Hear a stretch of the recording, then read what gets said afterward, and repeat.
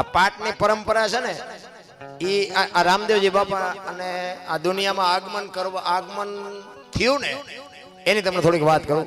હમણાં બેને જે ભજન કર્યું હતું ને કે હરભુજીને હૈયે હરખ પાર ઘોડલા ચરણતા દીઠા રામાપીરના. બાપુ રામાપીરને આ કૃષ્ણ પરમાત્મા એને આ દુનિયામાં આવવાની જરૂર શું કામ પડી? કારણ કે પાઠની પરંપરા છે ને પહેલા યુગમાં કે પ્રહલાદે કર્યો, પછી હરિશ્ચંદ્રે કર્યો, ત્રીજા યુગમાં ધર્મરાજાએ કર્યો, ચોથા યુગમાં બલિરાજાએ કર્યો. બલિરાજા વખતે બધું બંધ કર્યું. પછી અખિલ બ્રહ્માંડના માલિકને એમ થયું કે કાલની પેઢીને ખબર કેમ પડશે પાઠ આને કહેવાય. પાઠની પરંપરા ચાલુ રાખવા માટે કૃષ્ણ પરમાત્માને એમ થયું કે મારે અવતાર લેવો છે, મારે જન્મ લેવો છે, પણ હવે એવું ઘરે હોવું જોઈએ ને કે પુણ્યશાળી કોઈ ભાગ્યશાળી ભજન વાળાનું ઘર તો જોઈએ ગમે ત્યાંથી અવતાર લે નહીં. અને આ અજમલ રાજાને દીકરાની ખોટ હતી, આને આવવાનું હતું, બેનો મેળ પડી ગયો, આ રામદેવજી બાપાને આવવાનું થયું. અને એ રામદેવજી બાપા આવ્યા પછી એ આજે હમણાં ભજન કર્યું ને એ ભજન હરભુજીએ રામદેવજી બાપાને જયારે સોધામ જવાનું થયું ને તે દિવસે બાપુ આ વાણી કરેલી. હરભુજીએ વાણી ગાયેલી છે. બેને એક કડી ગાઈ હતી, પણ હું એ ભજનને પૂરું કરું. એટલે હરભુજી રામદેવજી બાપાને સોધામ જવાનું એમને એમના કુટુંબને ભેળું કરીને કીધું કે ભાઈ મારો સમય થઈ ગયો છે અને હવે તમે બધી મારી તૈયારી કરો. પણ સમાધિ લેવાઈ ગયા પછી બ્રહ્મા વિષ્ણુ મહેશ આવે ને કોઈ એમ કે ને કે રામદેવજી આ મને મળ્યા હતા, તમારે સમાધિ ખોદવાની નહીં. દુનિયા તમને કોઈ બી કે, કારણ કે એમને ખબર હતી કે હરભુજી એમના માસીના દીકરા ભાઈ થાય. એમને વચન આપ્યું હતું કે હું તમને મળ્યા સિવાયનો જઈશ નહીં. અને એમને એમ કે હું એમને મળવા જઈશ ને તો આ લોકોને શંકા જાગશે. એટલે એમને જાણ કરી કે ભાઈ દુનિયા કોઈ બી કે ને તો તમે સમાધિને ખોદવાની વાત ન કરતા. અને સમાધિ અપાઈ ગઈ અને વાત ઉડતી ઉડતી હરભુજીના કાને પડી. હરભુજી ના પાડે છે કે તો વચનનો પાકો માણા, ઈ મને કીધું છે મળ્યા સિવાય જાવ નહીં કોઈ દે વચનમાં. ઈ ખોટી વાત, હું નથી માનતો. મને મળ્યા સિવાય જાય જ ઈ કે પણ અમે ન્યા જ હતા. ઈ કે ભલે ને તમે અહીંયા હોય હું અહીંયા જાઉં અને જોઉં મને હું પાકું કરું પછી માનું, ત્યાં સુધી નહીં. ત્યારે એ હરભુજી ત્યાંથી ઘોડા ઉપર ચડીને બેહીને આવ્યા ને આ રામદેવજી બાપા રણુજાના સીમાડે ઘોડા ચારતા હતા. ત્યારે હમણાં બેને ગાયું ને હરભુજીને હૈયે હરખ પાર ઘોડલા ચરણતા દીઠા રામાપીરના. અહીંયા હરભુજી રામદેવજી બાપા ભેટો થયો અને બે મથું ભરીને ભેટ્યા અને અહીંયા બે કહુંબો કર્યો અને રતન કટોરો, અમલની ડાબલી, વીરગેડીઓ, પામરિયા ચાર વસ્તુ જે સમાધિમાં મૂકેલી એ રામદેવજી બાપાએ હરભુજીને આપી. અને હરભુજીને કીધું તમે જાઓ ગામમાં. અને ગામમાં આવ્યા, ચોરે આખો ડાયરો બેઠો તો શોકગ્રસ્ત. બધા વિચાર કરે ભાઈ જો ભાઈ વિવેક ઘોડા ઉપર બેન આવે છે અને શરમ નહીં આવતી હોય. અહીંયા આવી અને કીધું કે શું બધા બેઠા છો? તો કરે રામદેવજી બાપા વિયાઈ ગયા 3 દી થયા. હરભુજી કે પણ મને અત્યારે સીમાડે ભેગા થયા તમે કહો છો 3 દી? તો કે આખું ગામ ખોટું તું સાચો. એ અમલની ડાબલી વીરગેડીઓ આ બધું બતાવ્યું ને તો બધાની શંકા જાગી. એ કે આપણે સમાધિ દઈને આવતા રહ્યા પછી માછું મારી નીકળી ગયેલા, હાલો એ કે ખોદવું છે. આપણા જ નથી સમજી ગયા, જ્યાં જાવ આપણા નડે ને પછી સમજી લેવાનો કે ઇતિહાસ આપણો થાય છે. આપણા નડે પછી રોદડા નો રો. જો મીરાને કોણ નડ્યું? રાણો. પ્રહલાદને કોણ નડ્યું? એનો બાપ. નરસિંહ મહેતાને કોણ નડ્યું? એની નાય. પાંડવોને કોણ નડ્યા? કૌરવ ભયો. પોતાના નડ્યા ને પછી ઇતિહાસ થયા. આપણા નડે ને એટલે રોદડા નો રો. સમજી લેવાનું ઠાકર ત્રાજવી આવ્યો હોય તો જ આપણને નડે. 500 ગૌ આપણને ઓળખે ને અહીંયા પડખે પડ્યા હોય ન ઓળખે. પણ ન ઓળખે એટલે સમજી લેવાનું ઈશ્વર ત્રાજવી આવ્યો હોય તો જ ન ઓળખે. એટલે હરભુજી રામદેવજી બાપાના ઘોડા ચરે ને બાપુ એ વખતે હરભુજીએ વાણી કરેલી. વાણીમાં શું કહે છે?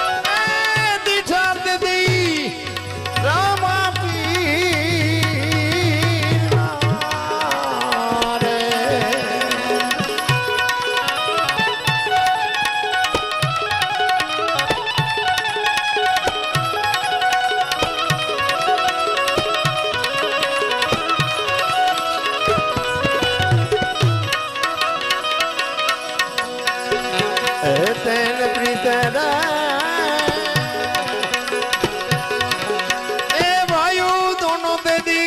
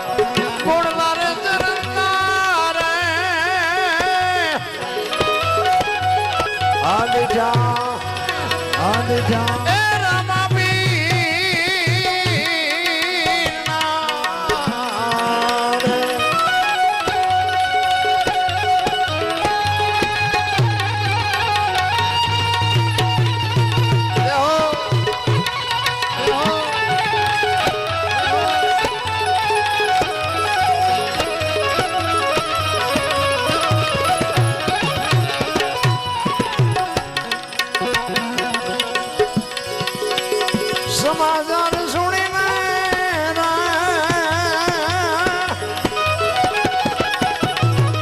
આમાં આવજો એ મેળોયું મજો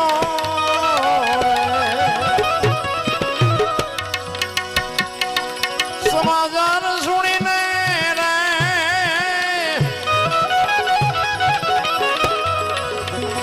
આમાં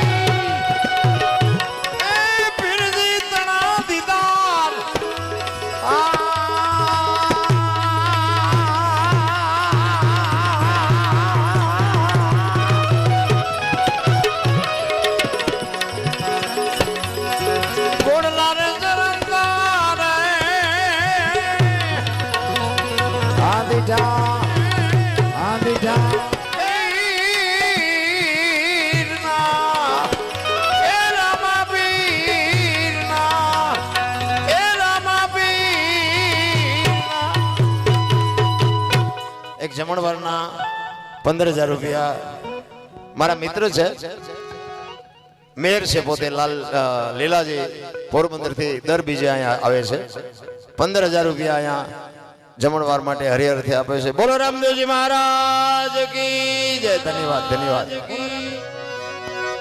રામદેવજી બાપા ને જોઈ અને હરભુજી બાપુ હરખાણા છે ખૂબ અને ગામમાં આવ્યા અને ગામમાં પછી બધાને ખબર પડી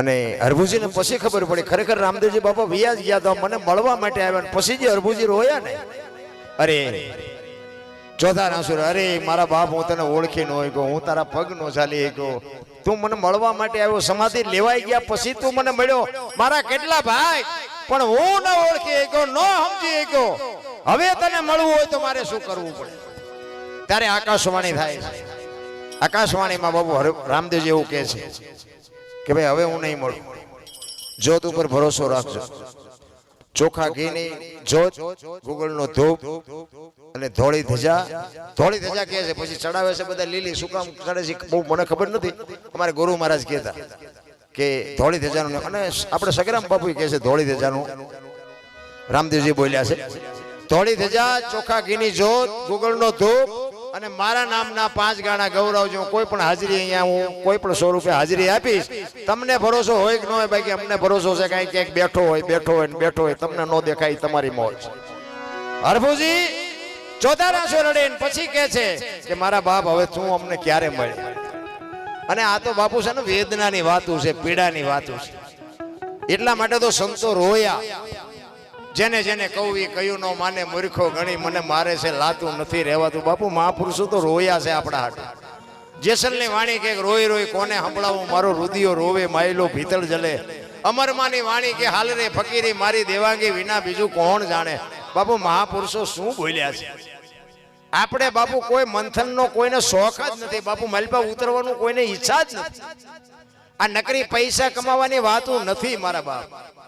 આ જીવનમાં ઉતરી જાય તો જીવનનો બાપુ બેડો પાર થઈ જાય, એક પરિવર્તન આવી જાય. આ જેટલા જેટલા મહાપુરુષોને નક્કી થઈ ગયું, સદગુરુ મહારાજે જે કઈ શબ્દ આપ્યો, નામ સમો વડે કોઈ નહીં જપ તપ તીર્થ ને યોગ, નામે પાતક છૂટીએ નામે, જે ગુરુ મહારાજ શબ્દ આપી એમાં અત્યારે તો બધા એવા વાડા કર્યા છે ને, અમારા ગુરુ તમારા કરતા હારા, બોલો કે અમારા તમારા કરતા હારા, એમાં ઈ વાદે પડ્યા છે, ગુરુ વાદમાં પડ્યા.